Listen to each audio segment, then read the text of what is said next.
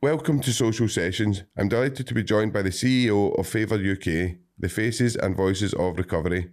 As a survivor of trauma and addiction herself, she has shown amazing resilience and innovation to become the founder of the first recovery charity in Scotland. She has tremendous passion for her work and is an outspoken and fearless advocate for change and reform in the recovery world. She is a wonderful woman with an abundance of knowledge and a very hard work ethic. It's a delight to introduce Annemarie Ward. Welcome to Social Sessions, Annemarie. Hi, thank you so much for having me. That's a very kind and generous introduction. I love it, thank you. No, it's totally true. So just basically what I do with all the guests, Annemarie, is kind of take them back to their own kind of history and childhood. So where did you, Glasgow, born and bred? No, but before we go there, I just want to say thank you for being so thorough in your preparation for this, because it's really, really helpful to me to have a think about some of the stuff that you've asked me, and I really appreciate it and shows great professionalism. So, no, originally I'm from Ardrossan. Right. I was born down in Ayrshire. My parents are from the Gorbals in Glasgow. But I was the first. I've got two elder brothers who were, one was born in Glasgow, one was born in Paisley. And then there was me, born down in Ardrossan, and my younger sister, who was also born down there. We came back to Glasgow for 2 years between the ages of 10 and 12 for me, where we lived in Parkhead for a couple of years, and then we moved back down to Saltcoats. So when people ask me where I'm from, I'm like, Ardrossan, Saltcoats. A wee bit of it. Yeah. So, but I left home really young, and I've lived in a variety of different places since then, landing in Glasgow 11 years ago. Aye. And I think I'll be here for a wee while yet. Aye. So what was, obviously people have different childhoods, different upbringings and all that. What was it like for you? Is that your upbringing, Annemarie? I grew up in an alcoholic home. My father's alcoholism when we were young was particularly bad. That meant that, my mum was always short of money because he was either in the pub or the bookies or out of work. I grew up in the 70s. There was a lot of unemployment then. So there was a lot of poverty. Went to bed cold and hungry like a lot of kids did in the 70s. I don't think that we were particularly... I'm not claiming to be hard done by. There was a lot of people experienced that poverty then. There was a lot of violence in the home as well. My mother suffered very severely, God rest her. And as did we, as children, we were also physically abused. And there was a lot of fear in the home growing up. It wasn't a safe place. I loved going to school actually, because school was a wee, you knew you were safe in school. And there was sexual abuse as well from a very young age. So, that probably led to me being quite shut down. Certainly very separated from myself, always very cautious about where I was and hyper alert, frightened all the time, basically. And there was rare moments, in my childhood, very rare. In fact, I remember somebody saying to me when I first got clean that the longer you stay clean, the more you'll remember happy times from your childhood. And I don't, I've been clean for 26 years. And the few moments that do come to me are, were usually spent in friends' houses or in school. So, yeah, home was a frightening place. Obviously, looking at you today, you're a kind of titan for recovery, and you're very outspoken, and I think it's wonderful. I've had some great conversations with you. How did you manage personally to kind of overcome that kind of trauma, and what kind of tools did you use, Annemarie, to kind of... Well, the first tools I picked up were drugs, alcohol and other drugs. And I think that they did serve me in a way that, they were my reprieve from a life, basically, that I had no way of coping with or knowing how to cope with. So I was also... always had that really strong work ethic as well, like you're fine as long as you go to your work. Aye. So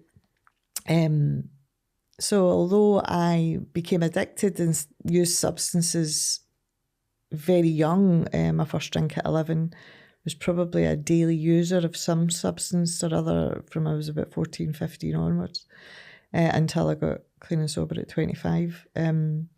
So yeah, those were the first tools that I used, actually, substances, making money. Aye. I was completely self-sufficient.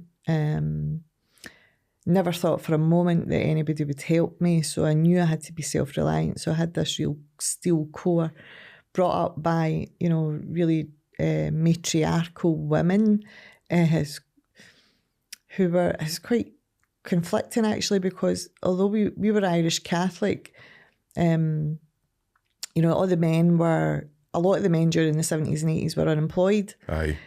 Or picking up bits of work piecemeal, or having to go away for work. And the women, the sort of mantra that I would hear from the women in my family would be, the men are all useless bastards, But Sounds like my granny. aye, they're all useless bastards, they're either in the bookie or the pub. And that was true, but the minute they walked into the house, they would be lifted and laid. They were treated like kings, so right. that sort of real conflicting messaging, So they were matriarchal in the sense that they were holding shit together. And, my ma, I tell this story, my ma would send me down to my granny's for, going down to your granny and ask for half an oxo. Now, my granny my ma was one of 13, so she had a whole set of her own children that she was cooking for, and, half an ox, oh my God, it was rough.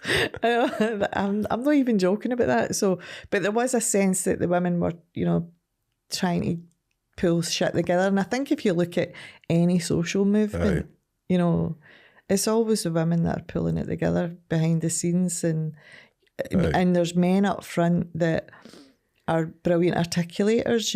If you think of Martin Luther King and even various social movements throughout history, it's the women that are doing the graft behind the scenes. There's that famous saying, isn't there? You're only as strong as the women behind you. And I totally believe, looking at mine and come from my background, come from the long time I served in prison and stuff, Annemarie, with my partner, I wouldn't be the person that I've become today. And in my house as well, it was kind of similar in the way where my dad used to go out working and my mum, but we were fine, but it was just similar kind of way. My dad would go out and then he would have a drink at the weekend, and it was just seemed to be that was the kind of thing went to in Glasgow. There was normal. I always remember a video where it was the Oasis brothers, the Gallagher brothers, and I think it was the older one.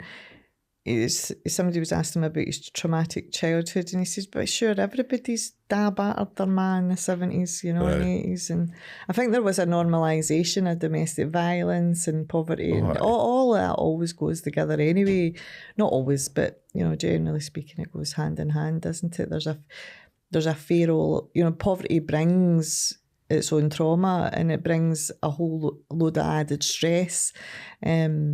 I'm not saying that everybody who's poor batters their wife. Do you know what I mean? No, I know what you mean, but you know what I'm saying. So it's obviously like there's the kind of outlook on this day. Do you think that's kind of changed now? Do you think there's a wee bit more respect for the kind of women that do these things? And would you say there's enough? But Annemarie, do you think there's enough? Because obviously there's quite a lot of kind of talk about like feminism, stuff like that. Do you think there's enough like for the woman, that enough kind of equality? I think domestic violence in the West Coast of Scotland is still very much linked to alcohol, and even we know the domestic violence rates goes up when the Old Firm play. So I think there's still a lot of what I would call sickness, I think women have more opportunities now to progress and advance themselves if that's what they choose to do. I think there's less opportunities for women who want to stay at home and raise children. Definitely, I agree with that. And I think we've we've devalued that. And Right. and to my mind, it's probably the most important job in the world. So, Annemarie, obviously I know that you created the first kind of recovery charity in Scotland. What do you think the kind of the whole outlook of recovery is now? What do you think that the recovery world looks like now? I think as a movement, it's still very infantile. I was speaking to somebody this morning about a lack of unity within the recovery movement. So, as you know, we campaigned around You Keep Talking, We Keep Dying, 2019, and we saw, as a result of that, a massive investment into addiction services, and then there also became a pot of money because we argued for it. For recovery community organisations. Now, what I see happening now is that those recovery community organisations are being picked off and there's no unity between them. Mm-hmm. So there's no leadership figure or umbrella type organisation putting forward a union, if you like. I mean, we have the framework for one called the Association of Recovery Community Organisations, but try as I might, I have still not been able to get funding or a volunteer to operate that with any sort of continuity. So we don't have any unity within the fledgling recovery movement. We're starting to see, the government pick them off one by one and, sort of hail some of them up as the poster girls and boys. And that's... what that means is that when it comes to the end of their funding in 4 or 5 years' time, there'll probably be only, or 3 or 4 years' time for some of them, there'll probably only be 1 or 2 survive because there's no unity. And to me, that's absolutely tragic. But it also means that we need stronger leadership figures to step up and unify. Right. And they are there. We do have some fantastic leadership figures in Scotland who could do that, but they're currently working for organisations that don't let them speak or that limit how they speak or that they're frightened to step into that space. So my hope would be that the current recovery community organisations wise up and before their funding ends, because it's coming. No, I agree with you. I think recovery's been we spoke a lot about recovery on this podcast, and I think that the main kind of theme that seems to be coming through for everybody is like it's individual. It doesn't fit everybody. One shoe doesn't fit all, and you've got different agencies that... Well, this is very interesting because it's a wee bit like, the debates around you're a woman if you say you are, you're in recovery if you say you are. And that is great, from a sort of strategic level. That's brilliant because everybody's included, it's inclusive. But actually, can we unpick that a wee bit? Because... if I'm in recovery because I say I am, what does that mean? It actually becomes meaningless, whereas for me, of course there are different, gradients, if you like, and I'm not talking about a hierarchy here because, I know some people would like to think like being completely abstinent is the top of the grade, know, but I would assert really, really strongly that I could not heal. And for me, recovery is about healing. Definitely. It's about hope. Definitely. And I could not heal until I was abstinent, right? From all mind and mood altering drugs. So whilst I would say to somebody who's still using, you're not in recovery, I would say if you want to get the best out your recovery, try and get a period of abstinence, or certainly if you want to get start to really heal, because most of us are, are severely traumatized. It is completely, and I don't, I would argue the bit with anybody about this, it's inaccessible when you're using. You cannot get in about the depth of your pain until you're abstinent. And if you're saying, if anybody wants to argue that way, mate, I'd love to get into a debate about it, but it's totally impossible. I know that because the first time I went for therapy for the sexual abuse that I suffered as a child, I was 21 and I was using every day. I was completely functioning. At that point, I think I only had 2 jobs, workaholic as well, Mrs. Activity junkie. As long as I'm in activity, I can't feel nothing. So I tried to get near it and I couldn't. It was very an intellectual process, and it wasn't until I got clean and sober that I was able to actually feel the pain and the grief and the anger of what I had suffered. And the grief was being able to express the grief was so liberating and so healing. And that, if you're under any sort of sedation from chemicals, that pain will not come up. No, I agree with you. I agree with you so much, Annemarie, with that. And I think if I take myself, for example, I'm on pregabalin for my back, but I'm also on it for anxiety. I get prescribed it by the doctor. I'm functioning. I'm fine. But I definitely can't get to the depths of my trauma. And I totally understand that. And I know that time's going to come. And it will come. And the good thing is that, and this is where a problem we have in a hierarchy falls down as well, because I wouldn't say that you're not ready to experience that pain. I'd say when the time is right, you will experience that pain if you want to. Do you know what I mean? And not everybody has to have a total, hero's journey. No, I agree with that. Do you know what I mean? And sometimes the pain, I mean, I certainly know in my first couple of years of recovery, of abstinence-based recovery, I remember snottering. I was in a cafe in London with my sponsor, who was a psychodynamic cognitive behavioural therapist, by the way. She was also an incest survivor, which, gave me the green light to trust her. And she was, I think she was 13 or 14 years clean at the time. And I remember saying, I am falling apart so bad here. I don't think you're going to be able to put me back together again. And that was my main worry, that I would have a complete mental breakdown. And I did to a certain extent. I still functioned. But there was an absolute breakdown or breakthrough of pain, identity, ego deflation, surrender, acceptance, all that stuff I did fall apart, but it was good. Because the building process starts. Well, there was and I don't want to jump straight to that building process, because the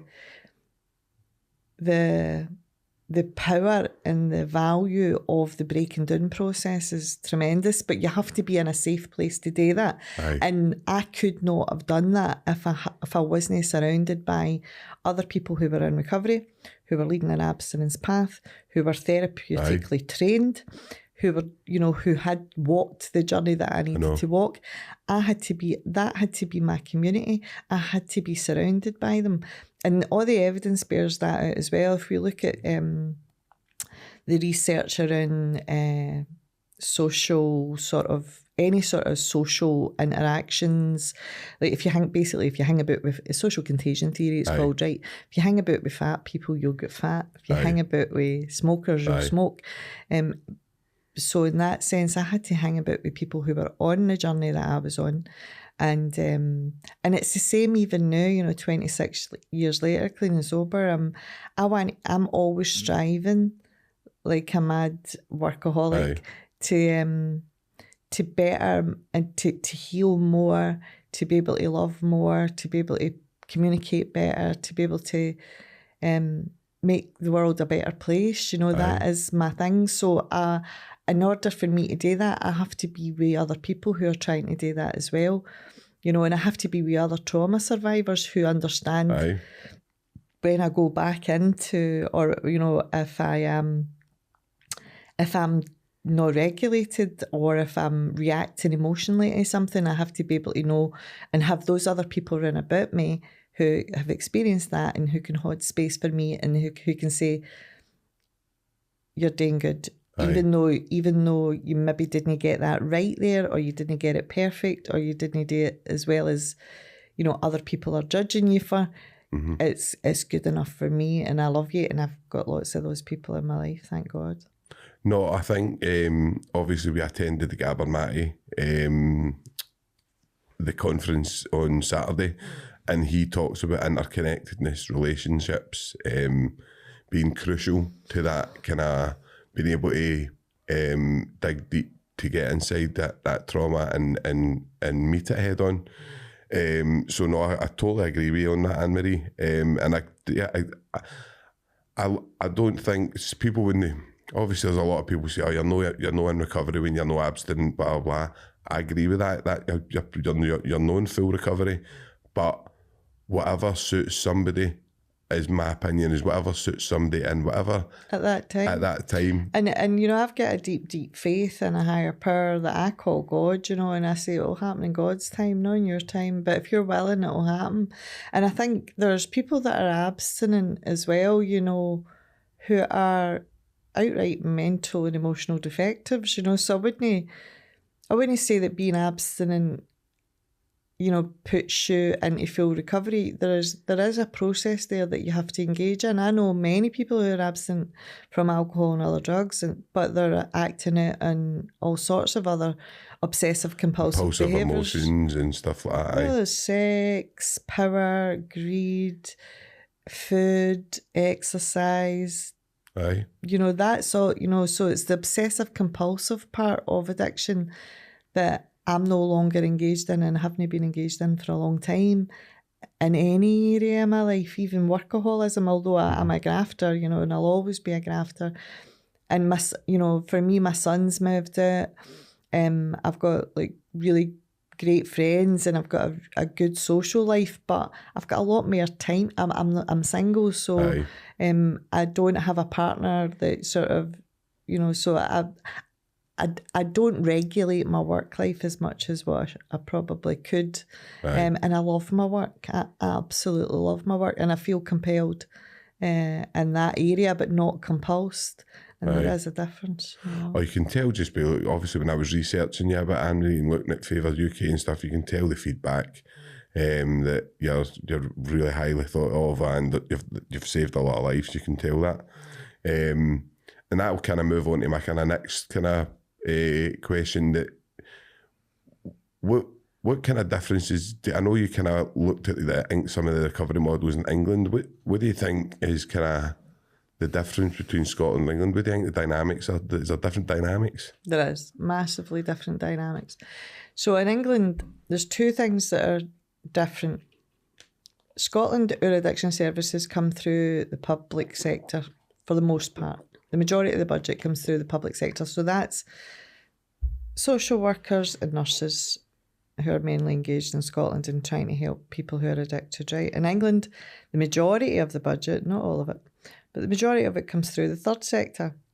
And what the third sector done, and this was about 14, 15 years ago now, when they started to make the transfer from the public sector into the third sector, because it was gradual, the third sector charities started to employ people in recovery, and they were much cheaper than nurses and social workers. So there was one sort of criticism of that was it was deprofessionalising the industry. But also what they did, the big charities, because they saw the austerity policies, they saw the Tory government come in, you know, these guys who run these big charities are not daft, right? So they saw the austerity policies come in and think, right, we've got to do more with less, how are we going to do this? They also had one of the biggest charities, well, the biggest charity now, also had the policy of bringing in 50% of their workforce to be volunteers. So what that created was a completely different culture in England and Scotland. So in England, you can walk into a service that day because it's in the third sector and not in the public sector where you have to get an appointment 2 weeks, 3 weeks for now. Third sector are more fleet of foot. You can walk in, you can get seen by somebody that day, probably got on a script that day. Wow. So that day you can get put on a script? Aye. Probably within a matter of hours in England, right? So that's the first thing that's different because it's third sector. But also you're met with a culture of hope because, like I said, over 50% of the workforce are people in recovery. And also you've got that massive volunteer workforce, so there's extra support there as well. And a lot of those volunteers will be like retired social workers, retired nurses, or people in recovery who have retired as well. So the third sector charities weren't daft here about how they did this, and they built that over the last... So culture eats strategy for breakfast, basically.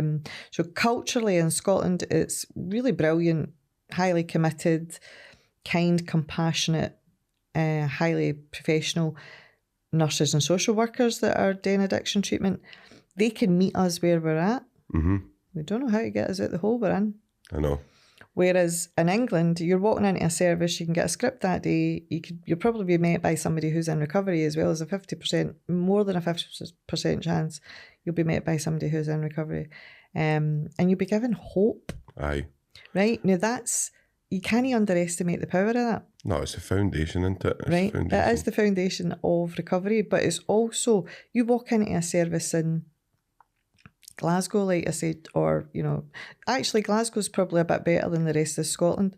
But as far as, getting appointments is concerned, you could be diverted to a recovery cafe in Glasgow, for instance, whereas you in other parts of Scotland, you wouldn't be. But that's the fundamental difference. You're not getting that hope. You're not getting that immediate help when you... but of course, I know the Scottish Government are trying to get things in place, particularly the MAT standards, for that to happen. Now, my criticism of the MAT standards was we already had guidance, the NICE guidelines in the Orange Book, and the MAT standards are essentially they're backing up what guidance, UK guidance we already have. And it was a wee bit like, well, the guidance that we have are the MAT standards on steroids. We're not implementing them. You need to look at structurally why they can't be implemented. And the reason why they're not implemented is primarily because it's coming through the public sector, and we don't have enough investment. We don't have enough staff. We don't have enough people. The problem's too big now. I know.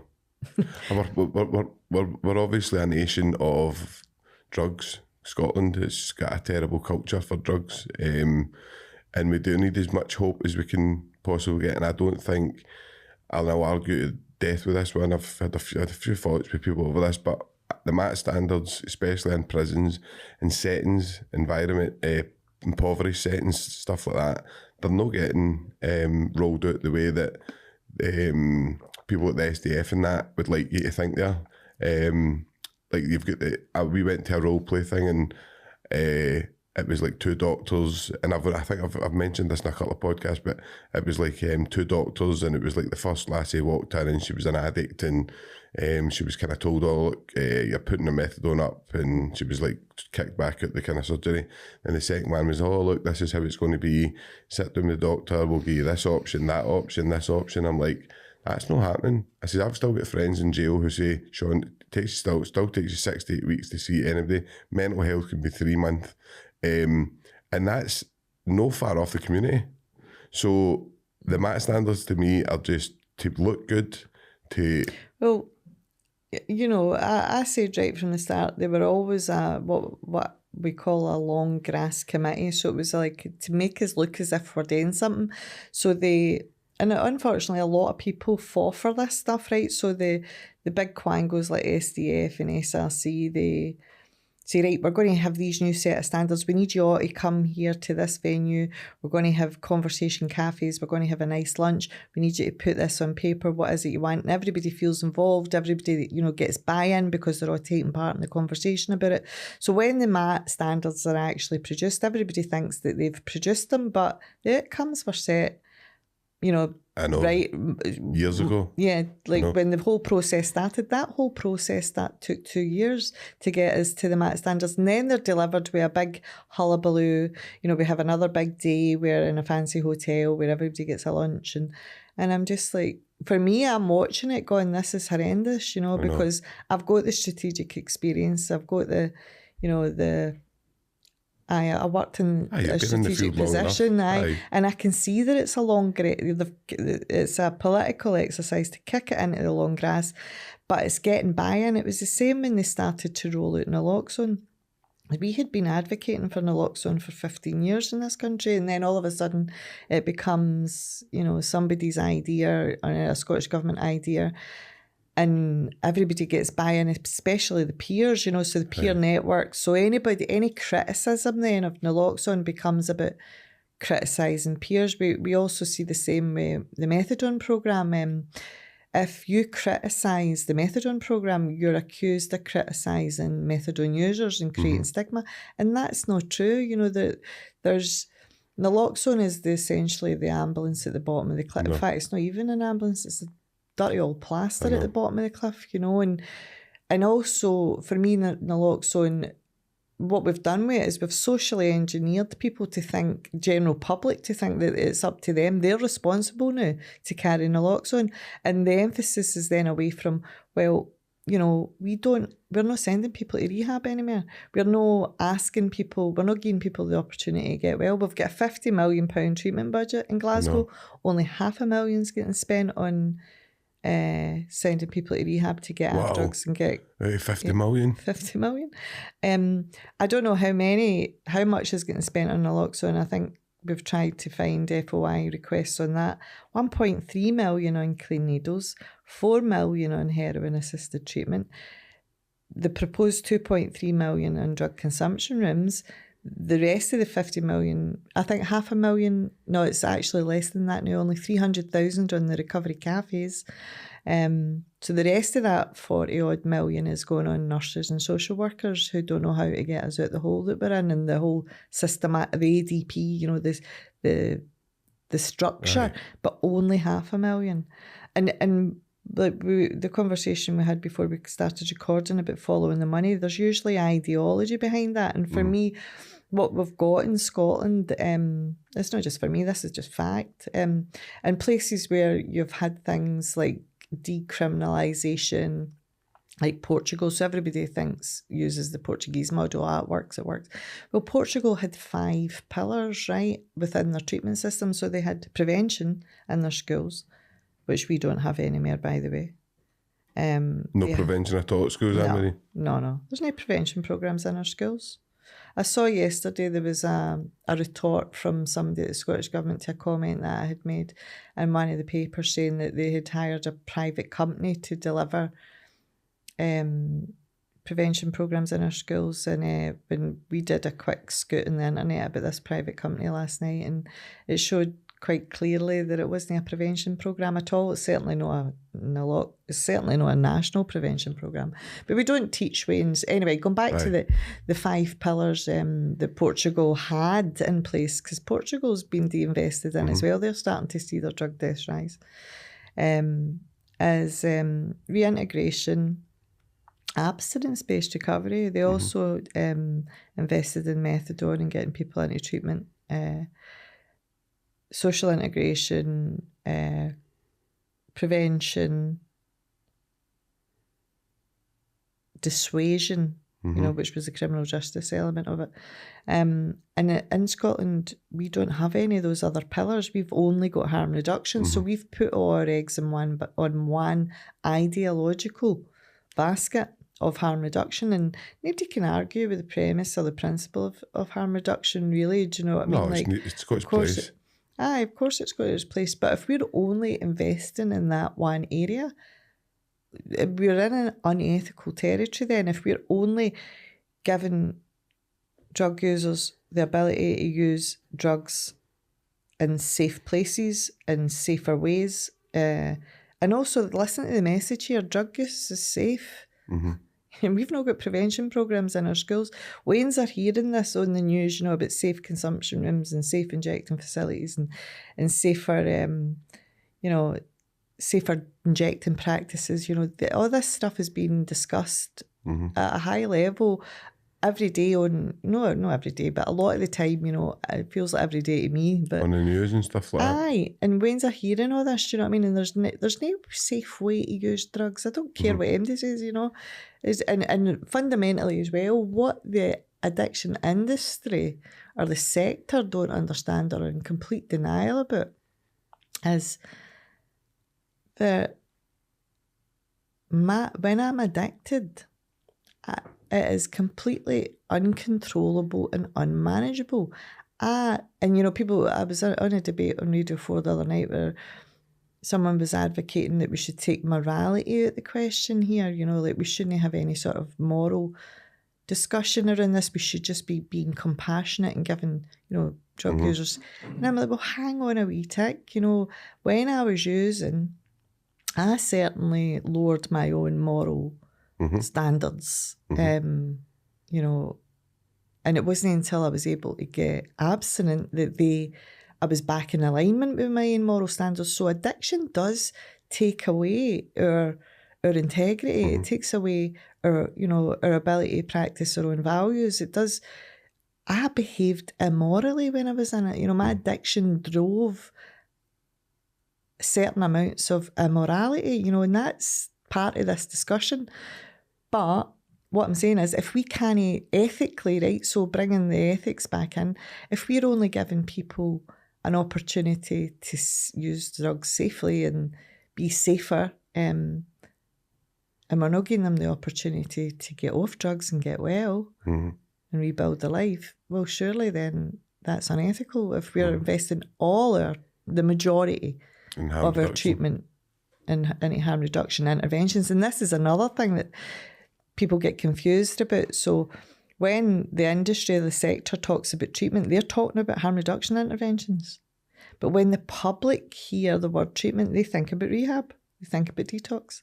And so there's a mismatch here, and the politicians are able to manipulate that language. And So do you think that the rise in Scottish, the rise in Scotland with the drug deaths is basically pushing us into a place where we're panicking and just basically going, how do we reduce this?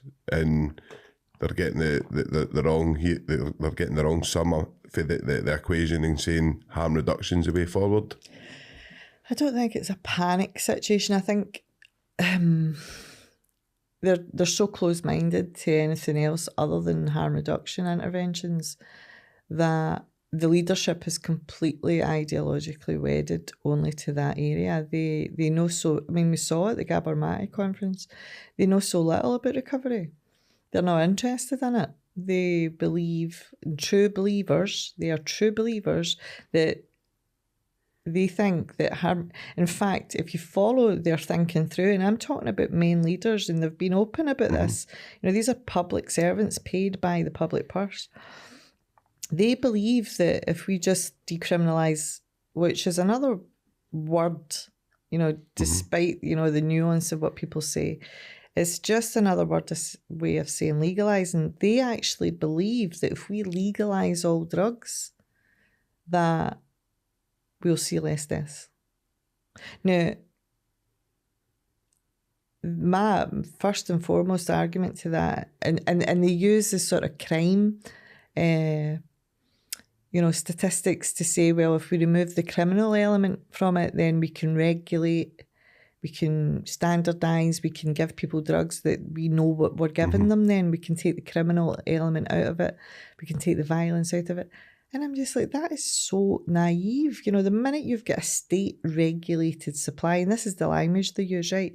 State-regulated supply, as if this is going to be a kind of panacea, some sort of miracle's going to happen here, that criminals aren't all of a sudden going to go, well, actually, we're going to make something stronger, cheaper. Do you know what I mean? Than the safe, regulated supply.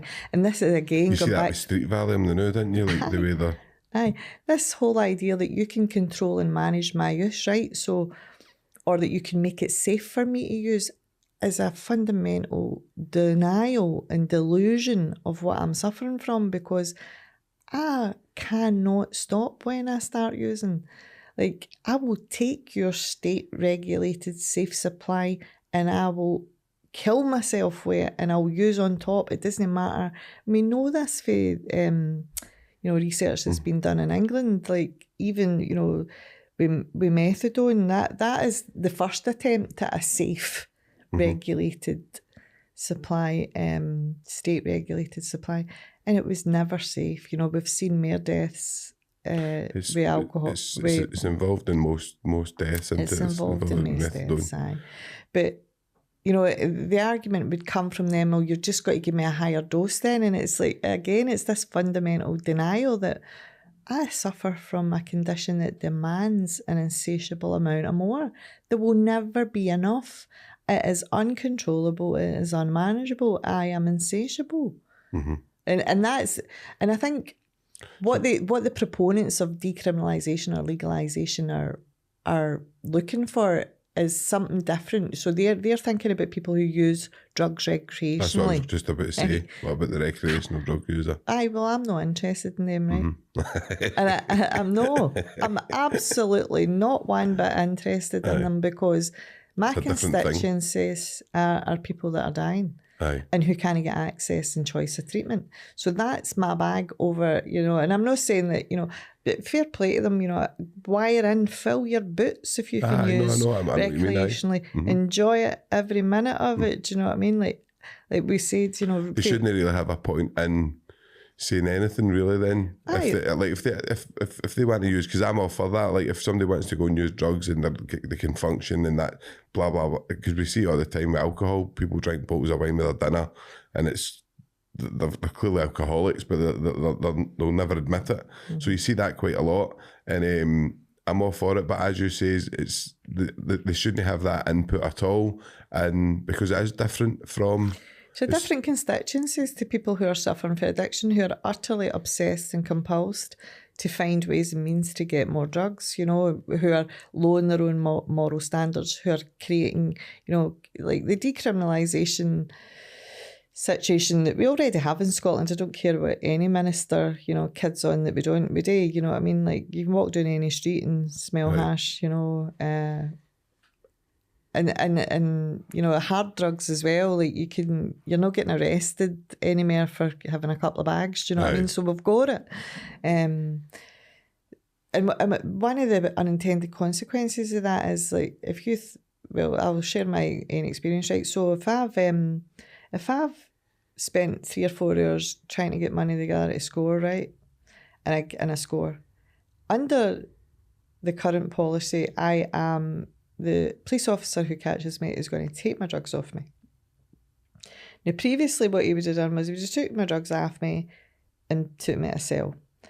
Now, once I was in that cell, obviously starting to withdraw, I would be entitled to a doctor who would give me methadone or whatever, substitute was available. Probably methadone. Now, the situation is I get caught by a police officer, they take my drugs off me that I've probably spent 3 or 4 hours to score, may have committed crime to score, to get that money together. I'm withdrawn now, and I'm in a more desperate state than what I was 3 or 4 hours ago. So I've now got to go and start that whole process again, so I'm more desperate. Even more hyper-vigilant now and hyper like to get, I know what you mean, I know where you're coming from. So I'm still going to, and the theory behind this, commit a more serious crime to get. Exactly, because I'm more desperate, right? And the theory behind this is that police officer is going to direct me, and this is what they did in Portugal, right? They did actually direct people then to services who were addicted. Now, obviously that's cool if it's a wee guy that's just scored a bit of hash to smoke at his Ma's dinner party later on that night or whatever, do you know what I mean? Or a couple of lines of coke who, the middle classes, and that's who's driving this. It's them that's driving this policy, the middle classes who aren't suffering the way that our communities are suffering. But if I'm now in a more desperate state because my drugs have been taken off me, I've still got to score. I'm going to, this policy is utter madness. And I'll tell you why it's even more utter madness. We have got a fentanyl crisis in the UK. And we know it's already hit Glasgow. We've seen it come into the street supply. So at a time where we have got more hard drugs, more powerful drugs coming on our streets, we've got this. And you know what? I don't even think it is a liberal movement. I think it's a deliberate political strategy to be a populist policy, but also to stoke another divisive argument with Westminster. Now, anybody that knows me knows my politics, right? And I have watched my party destroy itself for the inside, and it gives me no pleasure to watch this happen. A lot of people spoke about this. Yeah, no pleasure to watch it happen at all. And it's like the last throes of any regime. Again, you know, I'm a student of history. They go to the extremes, right? To cling on to power. They go to populist policies to cling on to power. I don't even think the current Scottish government believe in decriminalisation. I think they're using it to stoke an argument. They know fine well, they're civil servants. I know some of their civil servants. They know those 4 and 5 pillars that were in the Portuguese model are not available in Scotland. This is about politics. It's about politicians politicking, and it's about people's lives, and they're playing football, political football with people's lives. They're continuing to do it. They did it with drug consumption rooms. They're now going to do it with decriminalisation. It's sick. They should be ashamed of themselves. And personally, for me, it's put me in a position where I'm now, you know, seeking. I cannot believe in any of the political parties because I see them all doing it. Right. You know, I see them all doing it to one extent or another on this particular issue. I'm sure they're doing it on loads of issues, but, you know, this is the issue that I care about most. Well, there's obviously it was obviously a wee bit further on, but I'll bring it in just now when there was a kind of famous moment where you kind of flung the councillor out of the kind of drug. Can you tell us a bit about that? Was that just cause the feelings that's the kind of that's been stoked inside you, Annemarie? Is that what's kind of? Well, I think it was the main reason why was because he came in late. The event was finished, and we were summing up, and I had said, you know, we were delivering a report, a year-end report about our advocacy project, which highlights how difficult it actually is to get access and choice of treatment in Scotland. Aye. So I did a whole presentation on that, and he bounced in as we were finishing. And, you know, he sort of asked if he could take the floor and say a few words. And the first words out of his mouth were, well, as you all know, I've supported Annemarie in the campaign from the very start. And it was a total, you know, it was one of those moments where you just react, because I just spun on my heels and I went, no, you haven't. It was like a blatant lie, you know, and he said, oh, I've been to your events. And I said, no, you've came to... It's funny, but it's no funny. It's actually shocking. Aye, he came to 2 of our events. He maybe even have been to 3 of the events, but he never spoke to me at any of those events. He never phoned me afterwards. He never wrote to me afterwards. You know, there was no support. So what does support mean now? Does support mean that... Just attending something? Attending at the last minute? No, actually even coming to the event? Was it... Did he hear that the press were there? Do you know what I mean? Oh, so did he get a memo saying we need to get somebody for the SNP down there? Where's the nearest? Aye. You know, because there was the Tories were there, the Greens were there. Do you know what I mean? I think there was a couple of Labour councillors there. So he bounced in at the last minute, and I didn't know the guy. I did know his I knew he was a member of the SNP. But I didn't know any of the guy's history, you know, which I was later to learn. And it was just the blatancy of the lie that, you know, if you're going to be a politician, you need to learn to lie better than that, mate. And don't come in at the end of an event and claim that you support the campaign, because you don't. There was actually politicians in the room who had supported the campaign. Aye. And they never even stood up and said that. Aye. Do you know what I mean? They just stood up. In fact, they were contrite and humble enough to say, you're right, we're not doing enough. This is shocking, it's terrible. Aye. So it was like, that's why I reacted, because it was so blatant. I think it's brilliant what you've done. I think it's brilliant. I think more people need to do things like Annemarie. I think we need to...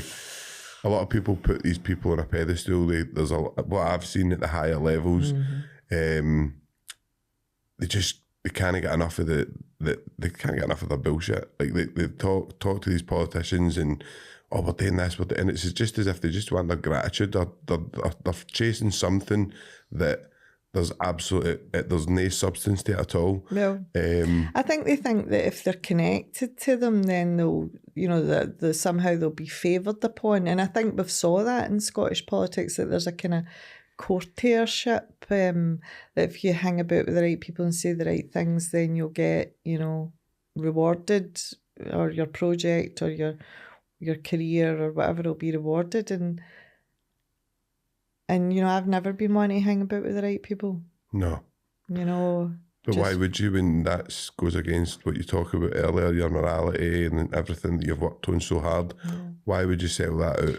Well, I think the drug problem in Scotland is everybody's problem as far as the political parties are concerned. Definitely. I think they're all responsible. I think, I think that there is a real problem with the culture of leadership in Scotland who are wedded to the ideology of only harm reduction. And I think the balance has to, all I'm asking for is a balanced treatment system where people can get access to harm reduction interventions, but equally they can get access to recovery orientated services and communities and detox and, all the good stuff that helps us get well. So, but we don't have that. And I think what politicians do is they make it about naloxone, they make it about drug consumption rooms, they make it about decriminalisation, and they totally ignore the fact that you can't get access. The rich get rehab, the poor get methadone. I was in a meeting no long ago and they were talking about, it was prison, how would we get stuff out of prison, and I can't remember, the chief nurse or whatever for the prison system came on, started talking about naloxone, Now, I was in prison for 15 years, Annemarie. I've never seen anybody administer naloxone. Like, I've never seen a prisoner ever administer naloxone. I've seen the staff doing it. I've seen the staff doing it when people are full of Valium and there's no opiate in their system.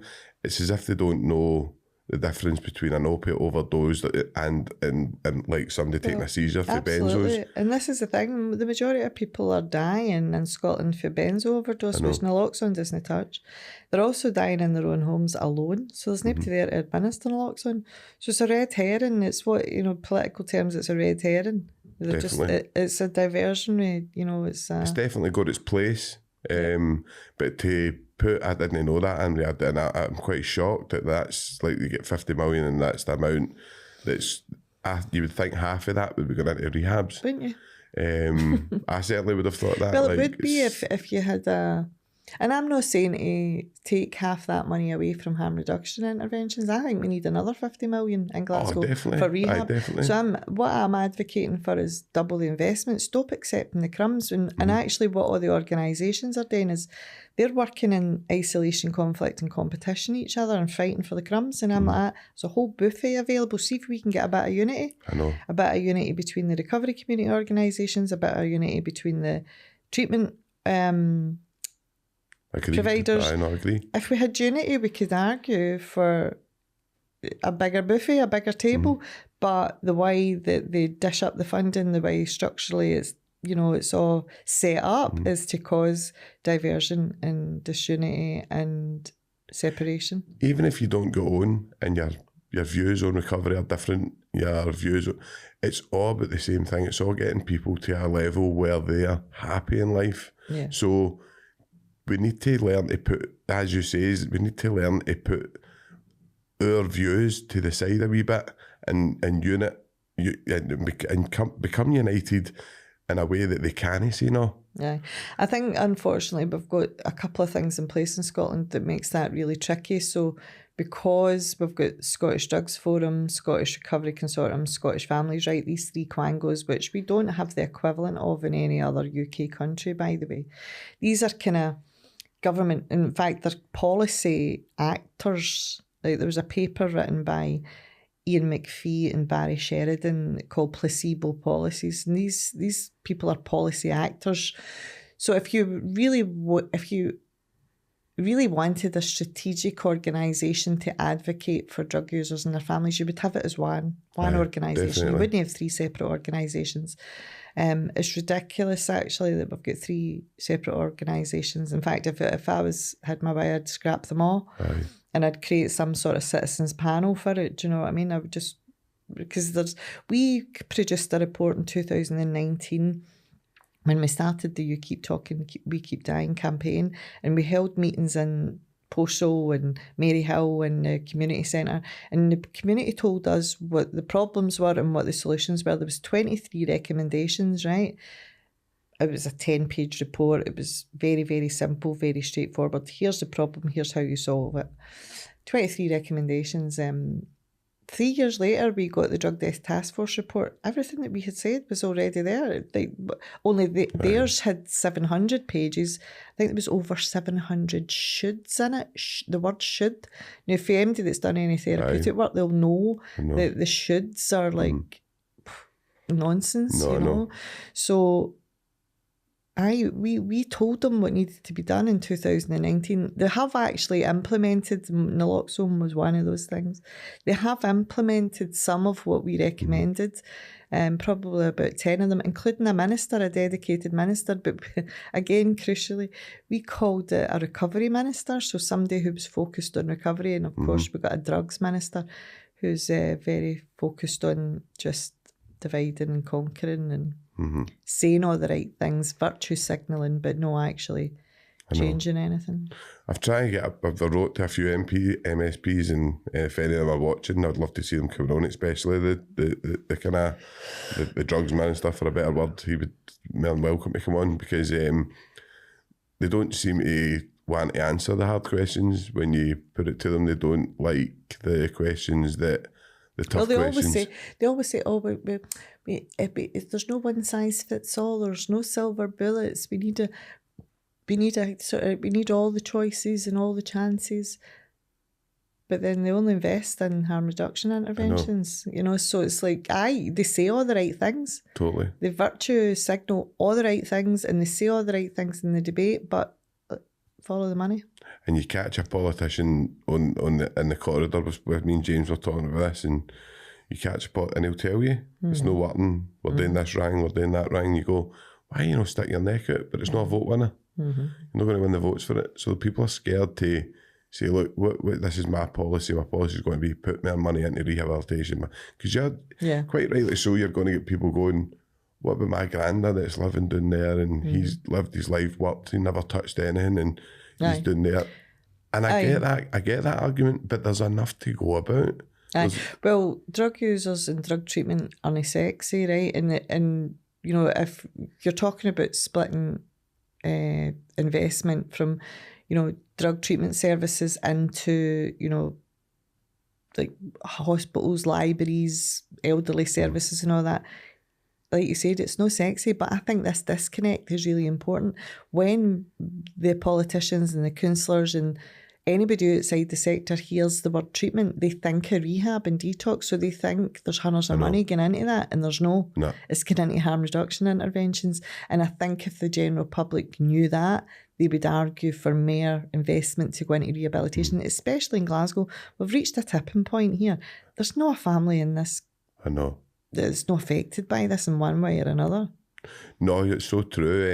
I mean, I've got a couple of friends who are in the midst of addiction, and my friend, he says he tried to basically phone them, I need rehab, and they're like, it doesn't work like that. You need to come in, you need to start using, so you need to get funding. You need to jump all these other hoops. You need to try everything else first before we'll get you rehab. It's like, well, you know, 5 years, 10 years, 15, 3 would be just put him off. He just said, he just went, Sean, so I says, you need to do this, you need to do that. And I'm trying to point him in the right direction. And he just went, fuck that. Like, that's like, well, I'm not doing that. Like, it's too much. They're ill and they're sick, and they don't, even to get into some of the Christian rehabs or the 12-step, you know, the housing benefit funding ones, you've got to phone every day and show you're committed, you know. We wouldn't do that with heart disease. We wouldn't do that with cancer. Do you know what I mean? And the addiction is actually more lethal, more dangerous than heart disease and cancer. In fact, I would argue that addiction probably causes a lot of heart disease and cancer. It's probably the biggest public health concern that we have. But because we attach this, these, I don't know, like it's like a crime stigma we put to it. It's like we're in so much denial about it. Aye, no, definitely. So no, it was a great wee back conversation there, Annemarie, but I want to take you to your own charity, Favour UK, how that started, how it came about, And just some of the kind of clientele that you've seen come through your doors, some of the success stories you've seen.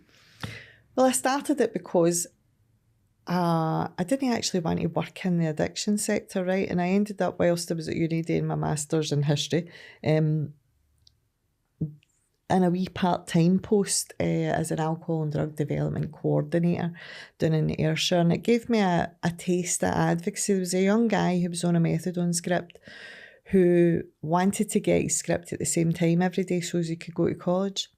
And see, in order for me to get that boy that script at that same time every day, it was like a year and a half's worth of work at pulling 22 organisations into a room together, right? So my very first advocacy was for a young guy who was trying to go on with his life, who was semi-stable on a methadone script. Now, that activated me in a way that I had no knowledge of. I had never went to treatment, I'd never went to rehab, I got clean in the rooms. So I entered a whole new world of total disbelief, you know, that and recognition as well, that there was all these people calling themselves experts that had no idea how to help people recover. Recover. They might have been experts in addiction, but they didn't know the first thing about recovery. So I went on and did another qualification at Glasgow Uni, managing drug and alcohol services. Whilst I was working at that wee community org, Fulham Community Health House, brilliant wee outfit set up by ex-minors, schooled me actually in a lot of Labour politics, which was really, really good for me at the time. But I'm SNP. I've always been SNP. You know, but I did, you know, I learned loads off those guys. They were really, really good to me. And within a few years, maybe about 8 or 9 years, I had got one of the sort of top strategic roles within Ayrshire and Arn Health Board as the Alcohol and Drug Partnership, within the Alcohol and Drug Partnership. So I sort of seen inside the tent. And how dysfunctional it was. And it was at the time when the Road to Recovery had come in. So I think I was probably the first person in Visible Recovery who was employed in, you know, the strategic roles.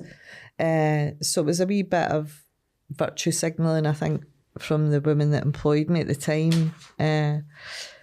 But what I realised within that 2 years that I was there was that I could write about a recovery-orientated integrated system on paper, because that was all the buzzwords at the time. And I could make Ayrshire and Arn look as if it had one, but nothing changed in practice. So the ground level, nothing changes. Nothing changed at all, but it all looked all shiny, all dancy and all great.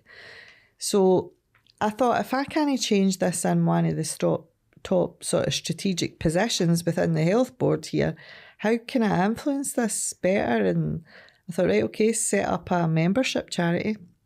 There was a charity in America called Faces and Voices of Recovery. I was in correspondence with them anyway because I'd started the Recovery Walks in 2009, the UK Recovery Walk. So I was doing that in my spare time.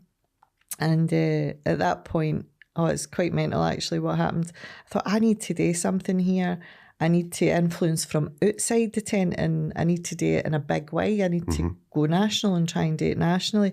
Now, what happened then was I found out my partner was cheating on me. I got cancer in my womb, cancerous cells in my womb. I had to have a full hysterectomy. I lost my job. My contract came to an end within the NHS, and I moved on to a private, in the private sector. So I lost my partner, my health, my job, and therefore I had to sell my house. That all happened in the space of 4 months. Good. And I was like, okay, that stuff that I've been doing in my spare time around the walks, I need to set that up properly, and I need to do it nationally. I had 15 grand savings. I lived off that for the first year, and I set up the charity with the intention to become Faces and Voices of Recovery, but I knew we didn't have a mandate to call ourselves that, so I called us the UK Recovery Walk charity, and I focused on campaigning in a very positive way. Right. making recovery visible was our first strapline. There are many pathways to recovery, all are a cause for celebration. So really positive messaging around, we can and do recover. And it wasn't until 2019, so that was in 2013 I set the charity up. 2019 was the first time I had 6 months' wages in the bank. Right up until that point, I went month to month, no knowing if I was getting paid or not. I paid myself a very, very small wage, $16,300 a year. It's amazing dedication, Annemarie. Oh, it was total madness, total insanity, but it strengthened my faith and it strengthened my commitment. It's more and to at the that person point, you've became the day, but it's like you can see that, like it's forged in steel, man, forged in steel. But at that point, I had 6 months' wages, and I brought in somebody to help me for 3 months. My board were like, "Are you mental? You've only got, this is the first time ever you've had 6 months' wages in the bank. Your wages are pittance anyway." My board were always fighting with me to raise my wages, and I was like, "No. I didn't need it." Do you know what I mean? Not because I'm rich, I just didn't need it. I lived quite simply. It was just me and my boy. Or it was just me and my boy at that point. It's just me now. So I built the membership, and I built the influence, and I built the authority in a bureaucratic way. And I built it through relationships. There was always a disconnect in Scotland. I wasn't able to build those relationships in Scotland. What we were doing wasn't welcome in Scotland. And of course, running parallel to us growing and developing was, there was another Quango set up in Scotland that had similar aims to us and started to mimic what we did. Scottish Recovery Consortium. It's a terrible culture for people stealing ideas and stuff, isn't it? It really is. Well, I would think it's more cynical than that. I think the government saw what we were doing and wanted to try and harness it and create their own version of it. I know. I don't doubt it. I don't doubt it for a minute. You see it quite a lot. And anybody you speak to that's a successful person, and even when I started up this podcast, people were saying to me, "Sean, watch what you're doing," and people, and then you do get the wee kind of vibes of people saying, "Oh, I think I might do that," and which is fine. Like get it out there, get the word out there. It's whatever we can. Do you know what I mean? And me creating this platform's been good, but as you say, I've made 8 months. There's absolutely no money in it. Hopefully one day that might change, but at this moment in time, there's nothing. So any money we get, all gets straight back in. Aye, good, good, and that's what we did. My board were always sort of pushing me, but it's been a real struggle. I'm getting a decent wage now. Don't know how long that'll last, but I'm the new. But our main, we've got 3 main aims as a charity. The first and foremost is to make recovery visible, to offer hope. The other 2 aims are to advocate for access and choice of services. So that's always what we're trying to do. We campaigned, as I said, really, really positively in the beginning, right up until 2019 when the drug deaths. My mother died in 2018, and the drug death stats were horrendous, and we just. It took off for there, basically the negative campaign and the sort of what people call outspoken or whatever they call me. And I know there's people, a Marmite, and that does bother me because my heart is gentle as, I am bothered by what people think of me, do you know what I mean? And I'm accused of having political motivations or self-aggrandizement, and nothing could be further of the truth. I don't see any of that. I don't see any conversation I've ever had is all been run about the recovery world and how to better it. I've never ever seen anything like that. And to be honest with you, Annemarie, that before this even went up, I don't know if you mind me saying this, we can take it if you don't. You were the first person to come at me and say and offer me money. Nice. You were actually the first person to do that and offer me a sponsor. Nice. And that hadn't even, the podcast hadn't even went up yet. There was nothing. So that's where your heart is. Totally. So, and that's what we wanted to do. So we were the first sort of recovery community organisation in the UK. We provided lots of toolkits for other people to start their own. We provided support and guidance. We run with about 100 volunteers that helped me across the year. If I was this megalomaniac, narcissistic political head case that some people think I am. I wouldn't have like literally 100 volunteers helping me. No. So we've always been wanting to grow a movement, Aye. and create that unity. And I think in time that will happen. It probably won't happen under my leadership because I'm a West, it's the West Coast of Scotland. I'm a woman. Aye. Like going back to the stuff we spoke about earlier, I think we're not there yet, and the recovery community is very dominated by men as well, but there are great men in that community who love me and support me and who are at my back all the time, and they're brilliant communicators, they're steadfast, they're strong men who I adore. So I think in time we will see a shift and, maybe look back and go, God, somebody referred to me, and I love this, right? So, it's a guy that I really respect referred to me as, La Passionara. So, the Spanish Civil War, there was a woman shouting and bawling about trying to bring the two sides together. And that's how I see my role. We produced something in, I think it was 2018, called the UK Recovery Declaration of Rights. Now, the Scottish Government are involved in creating this something similar at the moment.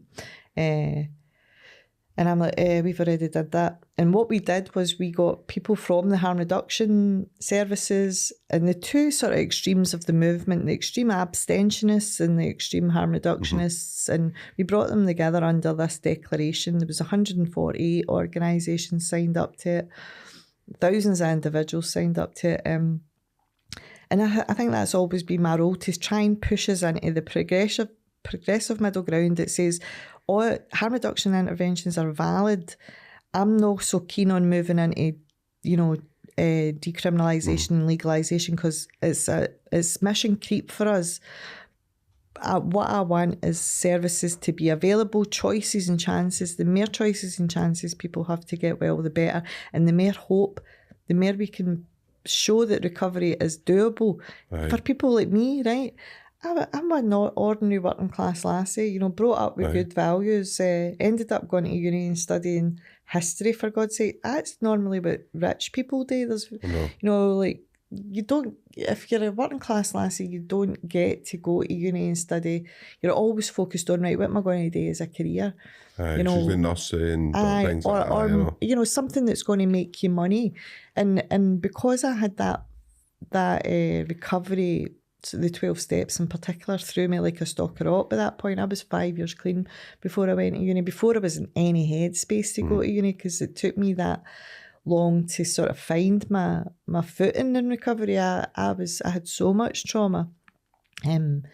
So I was like 4 or 5 years clean before I could breathe. And I was like, I think I'm going to be all right here, and even think about a future. And to study the subjects that I studied,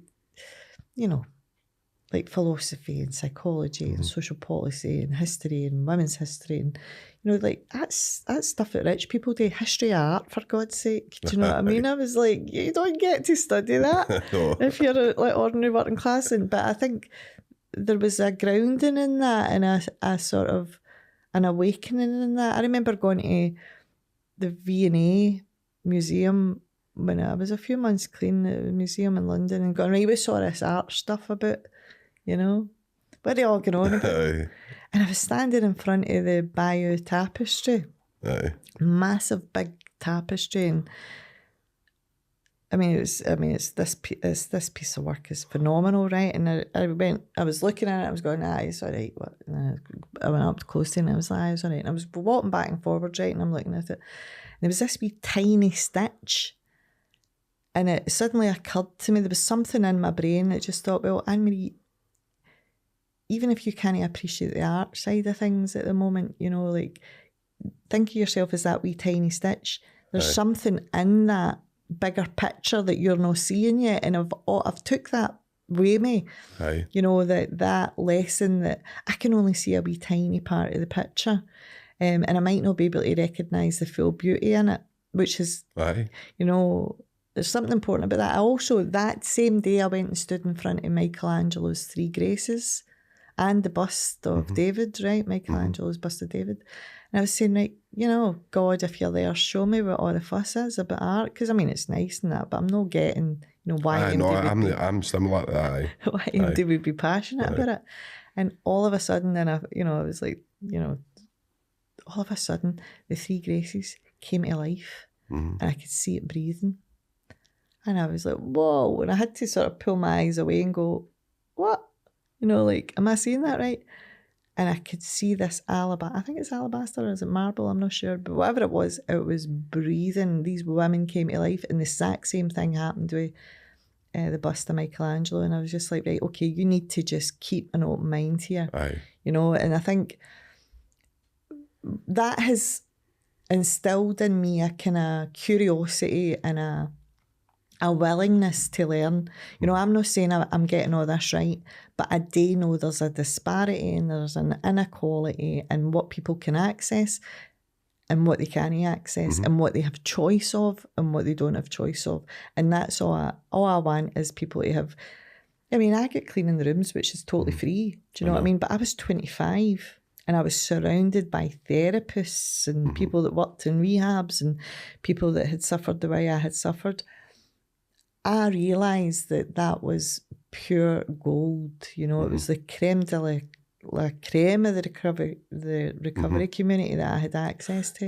That the gold standard instead of the methadone gold standard, like they talk about, like as I love that because the evidence base, you know, they use this, the evidence base, the methadone's the gold standard evidence base, and they use that phrase, Darren McGarvey said, with a certain muscularity as if it can't be argued with. And I'm just like, well, it can be argued with if you understand what addiction actually is, because if you understand what addiction actually is, you will know that there's an insatiable, unstoppable craving. Once I put that into my body, whatever it is, whether it be methadone, alcohol, I illustrate it by saying to people with BD training, right? So I'll say to a room full of professionals, right?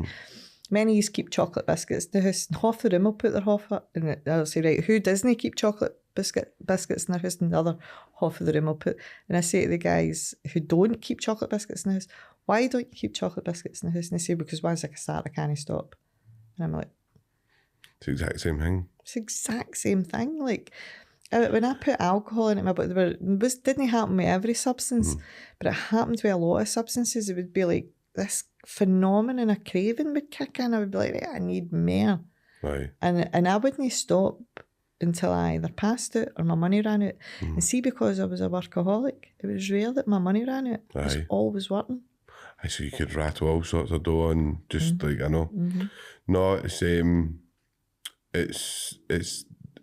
I think that the work, a lot of people can argue with Annemarie and stuff like that and say what they want, but there's no many people put the study and stuff in and looked and read that as well read as you on the subject. So I think there's a certain element of, like, I do think people in recovery become purposeful, right?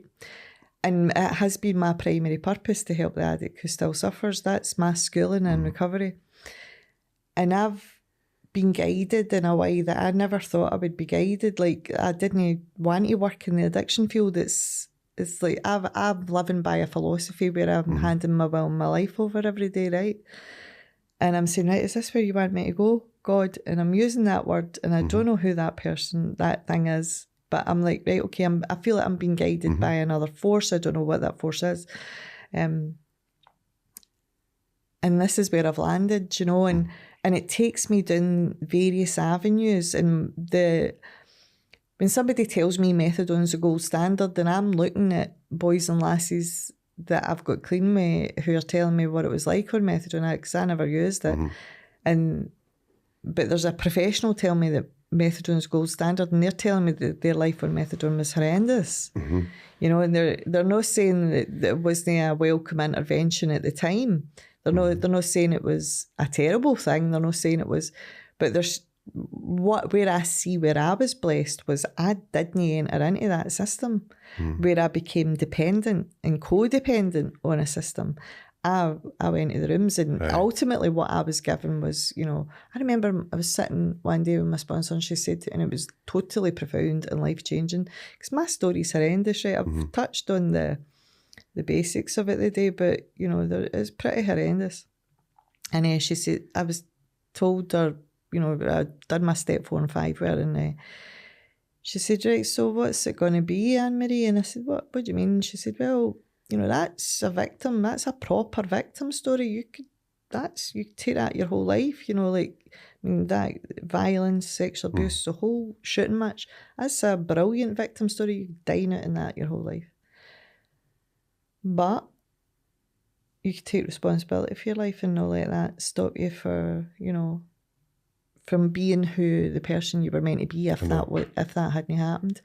And it was such a punch in the gut, actually. It wasn't like a big, oh, hello moment, oh, this is wonderful. I was like, you fucking bitch, man. I know. No, I've had it myself with different Do you know what I things, mean? I'm like, you bitch. You're telling me I need to be responsible for my life. And if you knew what I had suffered, you would need, you know, you wouldn't ask me to do that. You would be like, you know, whatever. But well, my partner said it to me in prison. I lost my appeal, and she said, Sean, you do know that you're going into this victim mentality that you've got going on. You're going to stop it at some point. And I said, what? I like it the same as you. What do you mean? How dare you? I mean, been in prison for a crime I never committed, blah, blah. I've done this amount of years. And she went, but you're going to just let that eat you alive? And I've seen guys who have been through the system and been miscarriage of justice victims, and the poison and resentment that they go on to live. And I think, as Gabor Mate says, it doesn't matter, it's what's the pain. Yeah. So you've got to take responsibility and agency for that pain that you've got, and realise it's there. It's not going to just disappear. Absolutely. And if you want to go and dine out, as you say, and get rid of it with narcotics and whatever. Aye, and everybody will feel sorry for you. Nobody would blame you for using Annemarie. Nobody's going to blame you if you want to pick up again. She's been through she's been through the mill, she's been through this. You've chosen not to do that. Aye. But what you spoke about there about forgiveness is so essential to my healing. Like, there was a guy at the conference the other day who was, you know, who was not wanting to forgive. I know. And I thought, well, you're not going to heal then, pal. And that was what I needed. I needed women who would tell me that. When I was being asked to, you know, go through that process of forgiveness for the person that harmed me, especially the sexual abuse, I was like, if you knew what he'd done to me as a wee person, you would not ask me to forgive him. And they're like, well, that's fine. You know, like, it's going to kill you. It's going to poison you for the rest of your life then. And I started to understand it intellectually, and then it was suggested to me, and I wasn't really open to it. It took a while to be open to it. You know, if you've not got the willingness to pray for, you know, that bastard, because that was the way I felt about him, you know. If you don't have the willingness to pray for him, pray for the willingness to get the willingness. And I was like, oh man, that was like another, I felt like that was a back alleyway, do you know what I mean? I was like, no, that's not fair. You're asking me to do that. But I did, and I did get the willingness, and I did pray. And it is a long process, isn't it? When you start it, it's a long process. And for me, it took about 2 years. It wasn't that long. By the end of the first 2 years of my recovery, I'd completely forgave him. That's amazing. See, I was talking to Fritzi Hotsman the other night. She was on a podcast, and Fritzi's amazing. I absolutely love her. But she is all about just kind of like, Sean, man, just forgive right now. Just do it. And I'm like, Fritzi, just do it. Like, it's so true, but you're like, It was a bit more to it than that. I know. But you can intellectually understand. Totally. There's a journey from the head to the heart. Definitely. So intellectually, I could see how the anger was poisoning me and how the hurt and the grief of it was hurting me. But it did take, And for me, it happened like a gift, right? It wasn't that it's something that I gave myself, like I gave him forgiveness. It was something that I feel a higher power gave me. It was like a gift of peace and serenity, understanding, compassion, love, forgiveness. You know, that came to me because I was open to it. Definitely. You know. So obviously we're kind of coming up. It's been a brilliant podcast. I've loved Annemarie, and you're like your words of wisdom on this subject. We could sit and speak to you all day, but I'm just want to kind of touch, kind of finally on Arco, and just what happened there with that, because that was something that could have been really good. Well, so it's the Association of Recovery Community Organisations, which would essentially be a union for people in recovery and their organisations to be, you know, part of a unified organising force to challenge government and the sector way. Basically what's happened is I have went to numerous funders over the years to get funding for it, and they don't see the value or the need for it. Now that's probably for a couple of reasons. They've probably been told that we're not really needed, or we're a wee, you know, sort of add on, and there's no need to organise and mobilise us, you know. That, but and over the years we've had volunteers that have helped to shape it and develop it, but we actually need a dedicated worker, like a dedicated development worker, like a union, like somebody that used to work in the unions, or somebody that's retired for the unions, or, you know, somebody who can actually bring us all together. And we've started meeting. There's about 20 organisations that have already signed up to it across the UK, not just Scotland. And we have started to meet sporadically, you know, as and when required, and we share. And it's mainly as a support network, right? It has the potential to be an organising, unifying force politically to argue for funding the way that they have in America. The recovery community organisations in America get 7% of the overall treatment budget. If we get that, it would be massive, and that's the reason why we need to organise and mobilise to argue for that.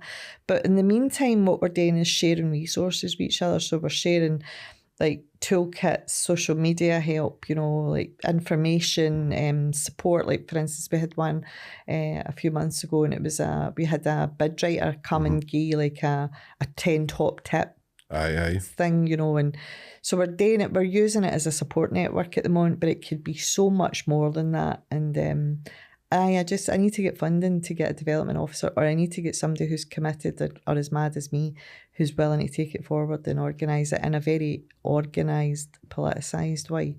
Because I do think that recovery community organisations are the future. I don't think we can continue with these centralised services that are only offering the bare minimum, or only offering, and I'm talking about throughout the UK actually. I think even in England, there's still a lot that's missing from the treatment system there. And I think the recovery community organisations, there's a framework there in ARCO, in the Association of Recovery Community Organisations, that could be built on. And at the moment it is. Now, there's something, you know, it's great. There's something called LEROs that currently exists, but again, it's not run by people in recovery. It's set up by academics, and, you know, at the moment they're a different bunch as well. What in the academics, they're different as well. They've got their different thought process. Well, I love it. The guys who've set it up, in particular David Best, I've got tremendous love and respect for him, you know. Like, his work has been phenomenal, what he's done in the UK to raise the debate around recovery organisations and the value of recovery organisations. But we need to organise and mobilise ourselves. We don't need other people to do it for us. And at the moment, what we've got is a kind of, instead of a grassroots movement, we've got an AstroTurf movement. So there's a fair old bit of AstroTurf going about, and until we get organised and mobilised ourselves, we're not going to really advance. But this is all growing pains. This is all embryonic. We're still in our infancy as a movement. We're only, I would say, we started the walks in 2009. So as far as movements goes, it's still really young. We've got a lot of. Would you encourage anybody watching this to come forward and get in touch with you? Oh, God, please. That would kind of like to be involved in that. Do you know what? People come forward all the time saying, I want to help. And I'm like, right, okay, how can you help? What skills have you got? So don't come forward and say, I want to help. Tell me how you're going to help. Come forward and tell me how you're going to do it.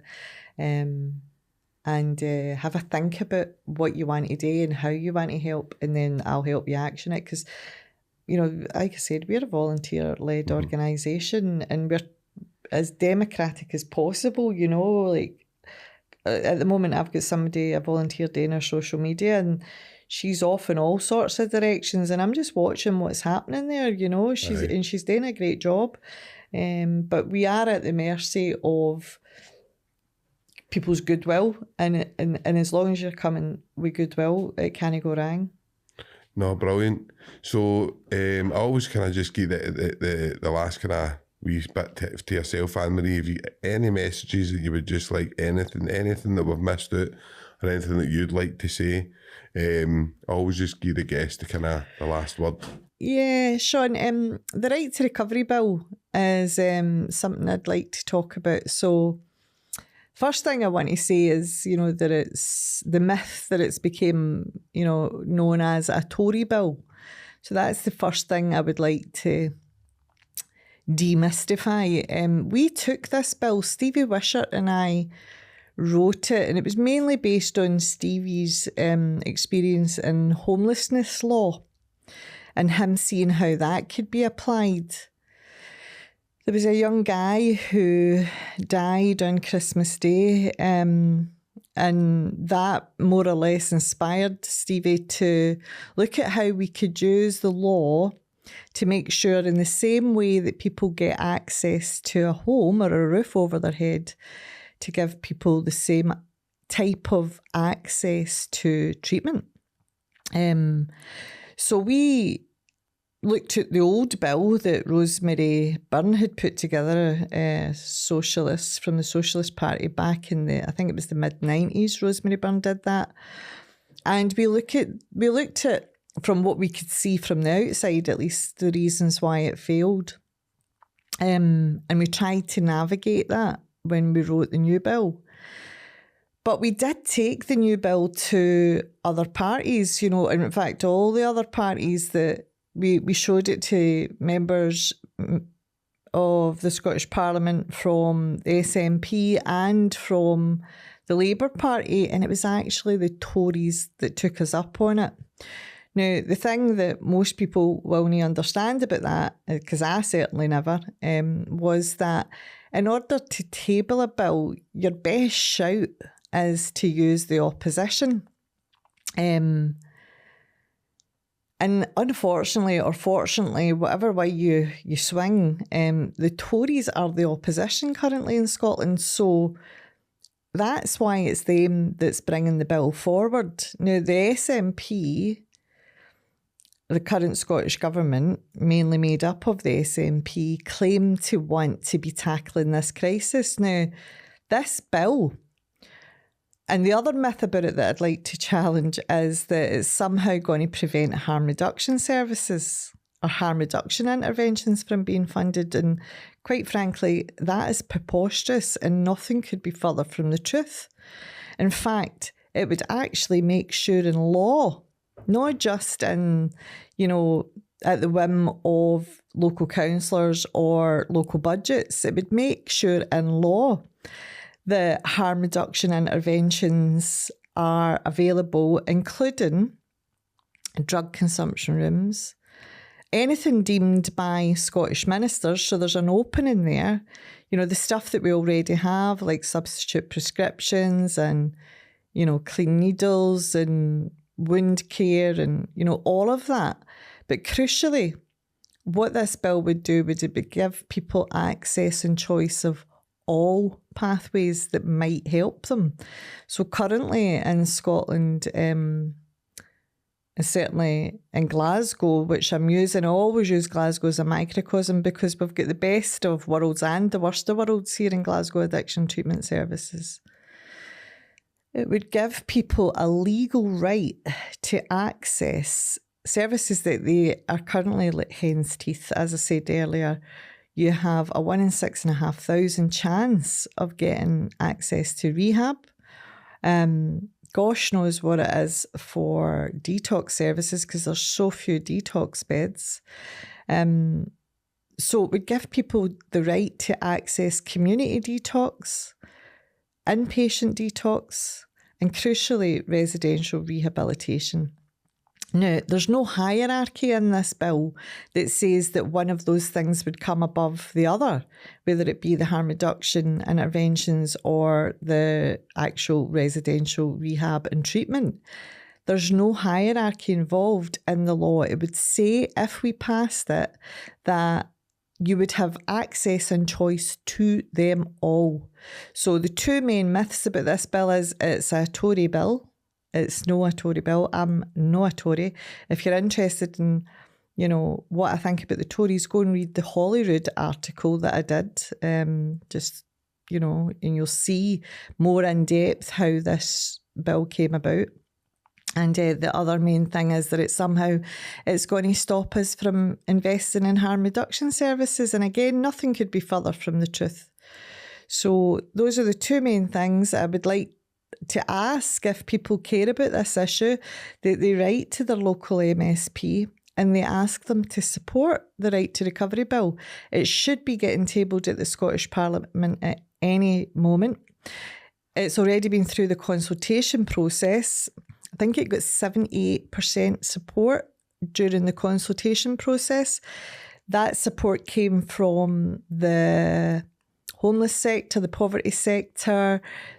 Every church in Scotland supported it. A lot of Civic Scotland supported it. So it would fundamentally change our addiction treatment system.